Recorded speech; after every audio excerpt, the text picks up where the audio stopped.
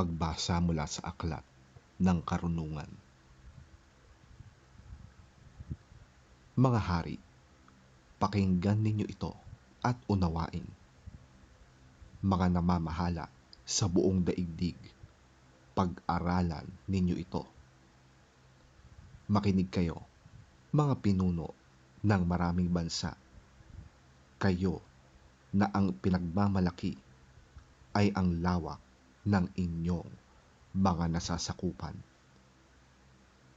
Ang pamamahala ninyo'y kaloob ng Panginoon at ang kapangyarihan mula sa kataas-taasang Diyos.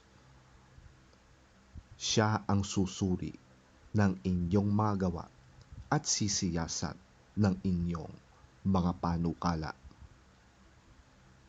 Kung hindi kayo magiging tapat sa inyong pamamahala ng kanyang kaharian, kung hindi ninyo susundin ang kautusan, at kung hindi kayo mamumuhay ayon sa kanyang kalooban, darating agad siya at kayo'y paparusahan ng mabigat.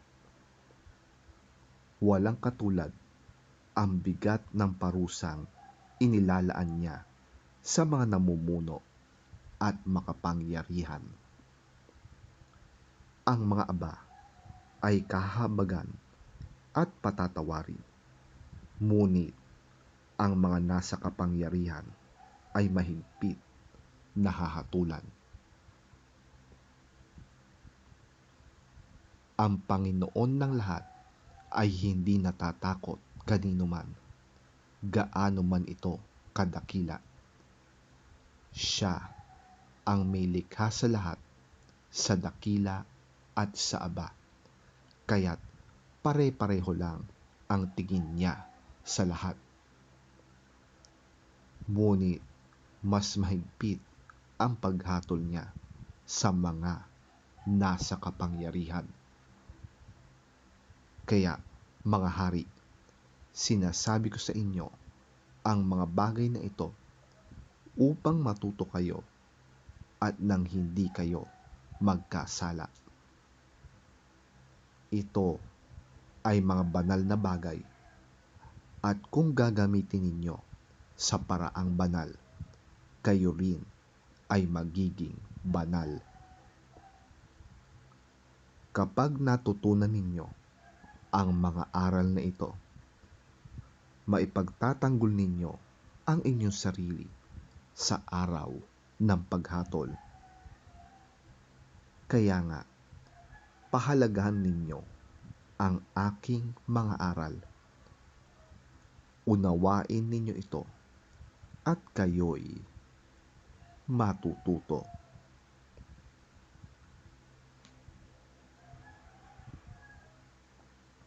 Ang salita ng Diyos. Salamat sa Diyos.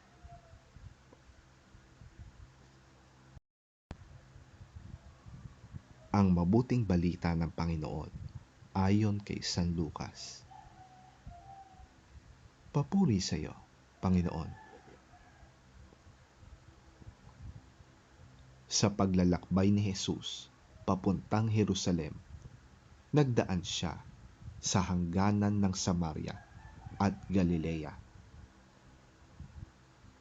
Nang papasok na siya sa isang nayon, sinalubong siya ng 10 ketonging.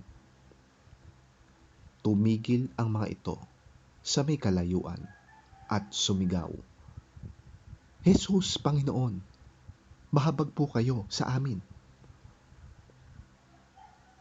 Pagkakita sa kanila ay sinabi ni Jesus, "Lumakad na kayo at magpatingin sa mga pari." Habang sila'y naglalakad, silang lahat ay gumaling at luminis. Nang mapuna ng isa na siya'y magaling na, nagbalik siyang sumisigaw ng pagpupuri sa Diyos. Nagpatira pa siya sa paanan ni Jesus at nagpasalamat. ang taong ito'y isang Samaritano. Hindi ba't 10 ang aking pinagaling at nilinis? Tanong ni Jesus. Nasaan ang 9? Wala bang nagbalik upang magpuri sa Diyos, kundi ang dayuhang ito? Sinabi ni Jesus sa kanya, tumayo ka na at umuwi. Pinagaling ka ng iyong pananampalataya.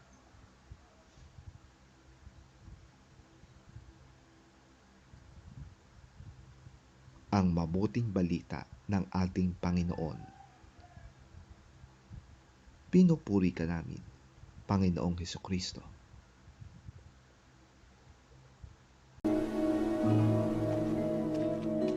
Now on his way to Jerusalem, Jesus traveled along the border between Samaria and Galilee. As he was going into a village, 10 men who had leprosy met him.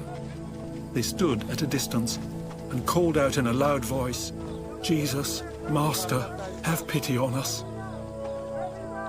When he saw them, he said, Go, show yourselves to the priests.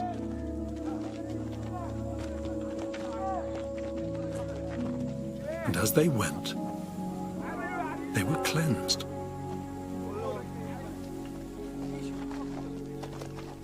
One of them, when he saw he was healed, came back praising God in a loud voice. He threw himself at Jesus' feet and thanked him, and he was a Samaritan. Jesus asked, Were not all 10 cleansed? Where are the other 9? Has no one returned to give praise to God except this foreigner? Then he said to him, Rise and go. Your faith has made you well.